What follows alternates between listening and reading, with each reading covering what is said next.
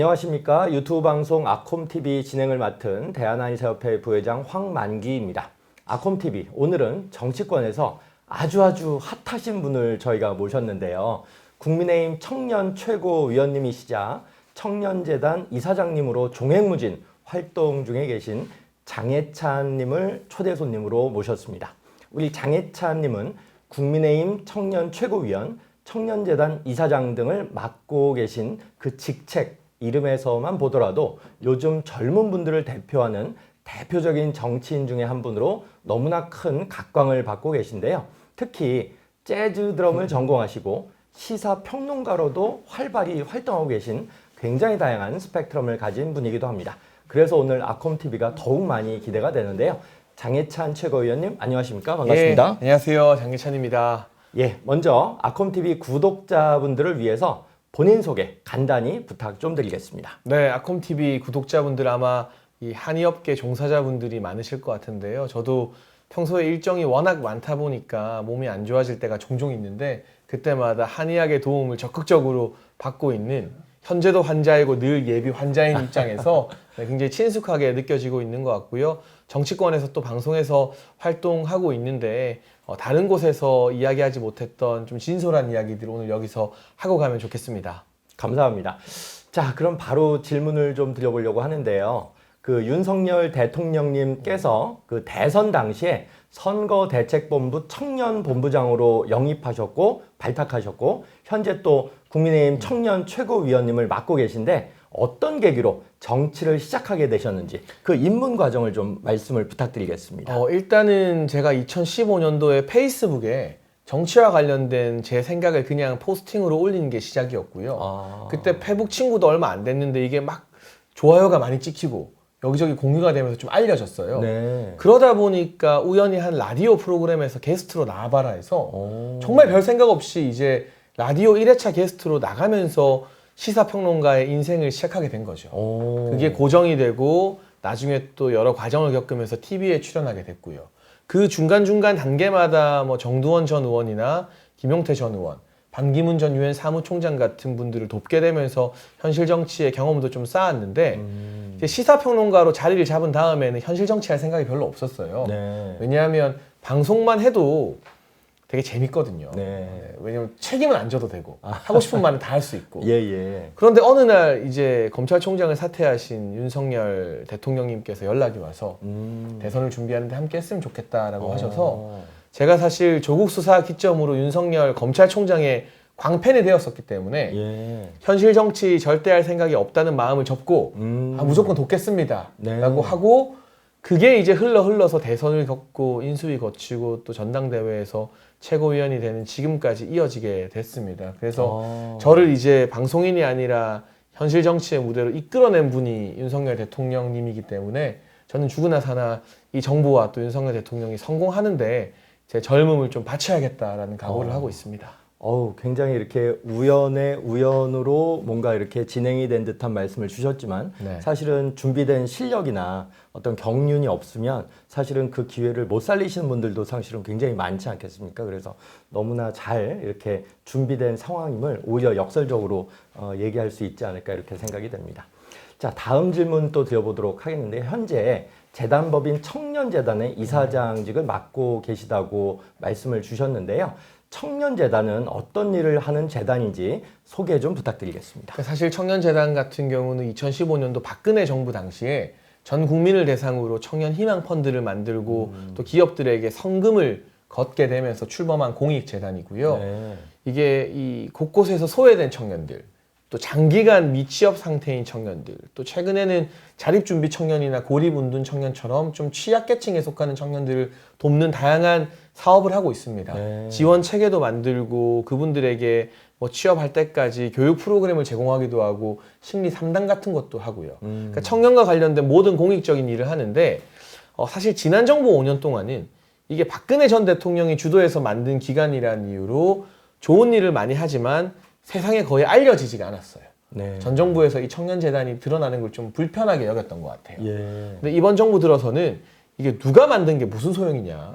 좋은 일 하는 게 중요한 거 아니냐라는 기조에서 제가 좀 파격적으로 젊은 나이에 이사장으로 취임을 하게 되었고 네. 저희가 하는 일들을 좀 적극적으로 알리고 있고요. 네. 지금 부산시나 충북도 같은 곳과는 이제 MOU도 체결하면서 전국적으로 우리나라의 각 동네마다 청년 센터가 있는데 네. 이게 활성화가 좀 안 되고 있거든요. 그렇죠. 이런 곳을 활성화하는 좀 돕는 역할까지도 저희 재단이 맡아서 하려고 하고 있습니다. 아, 예. 굉장히 큰 뜻과 의지를 말씀을 주셨는데 잘 되어지실 거라고 생각을 합니다. 자, 제가 장해찬 이사장님의 그 이력을 살펴보니까 굉장히 여러 면에서 독특하다 이런 느낌을 받았었는데요. 우선 네덜란드 마스트리히트 음악학교에서 재즈 드럼을 전공하셨다라고 기록이 되어 있고 또 이제 시사평론가로도 굉장히 활동을 많이 하고 계신데요.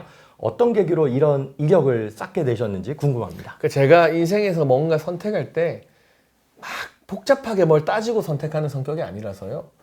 공부 고등학교 때 잘 하다가 어려서부터 드럼을 쳤거든요, 교회에서. 근데 어느 순간 이게 너무 재밌어서 이게 직업이면 너무 좋겠다는 생각이 들어서 이제 고1 말쯤에 전공을 하겠다고 했죠. 학교도 뒤집어지고 집안도 뒤집어졌지만 한번 하겠다고 하면은 낱말을 잘 안 듣는 성격, 고집이 센 성격이라 아, 그러세요.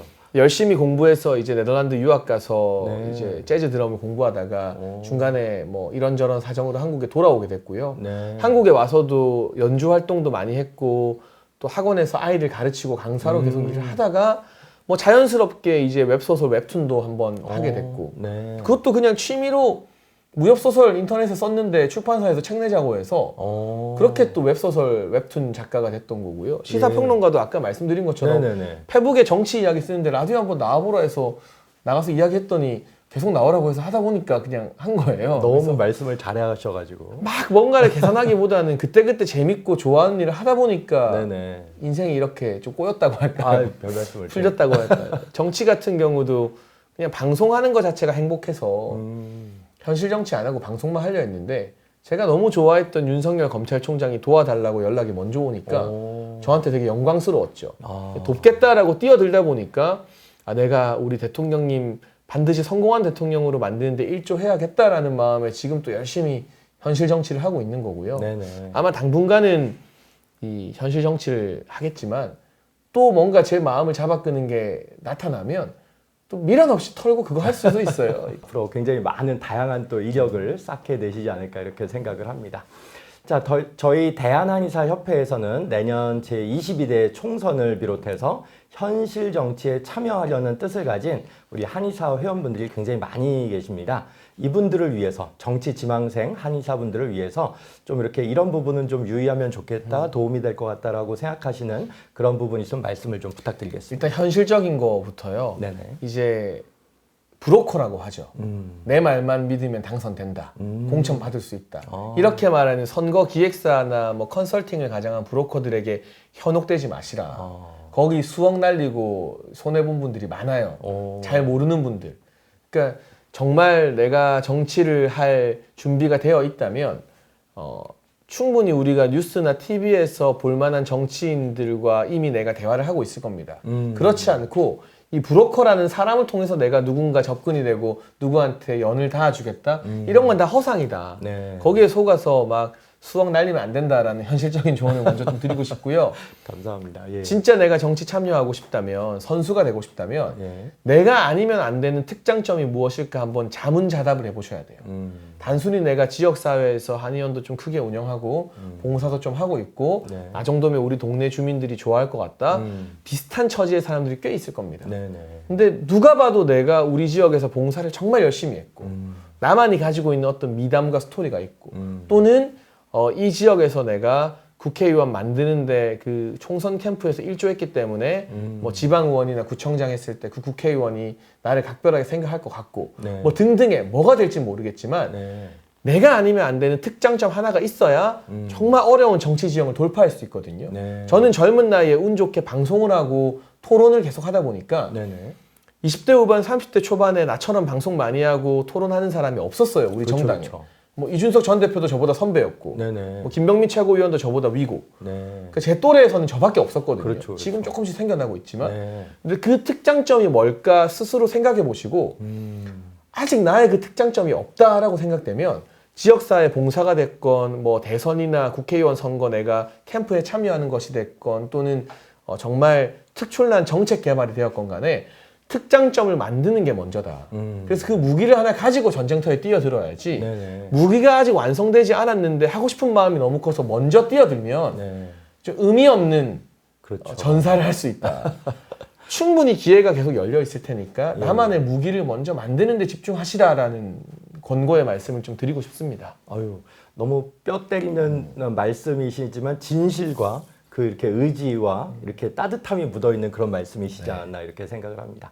너무 감사합니다. 오늘은 장해찬 국민의힘 청년 최고위원 겸 청년재단 이사장님을 모시고 너무나 유익한 이야기 나눠봤습니다. 오늘 출연해 주셔서 다시 한번 감사드리며 국민을 위한 활발한 정치활동 앞으로 많이 기대하도록 하겠습니다. 아울러 국민 건강 증진을 위해 노력하고 있는 한의사와 한의계에도 많은 관심 부탁드리며 향후 다시 한번 저희 초대 손님으로 모실 수 있는 기회가 마련되기를 희망해 봅니다. 이상으로 아콤TV 마치도록 하겠습니다. 감사합니다.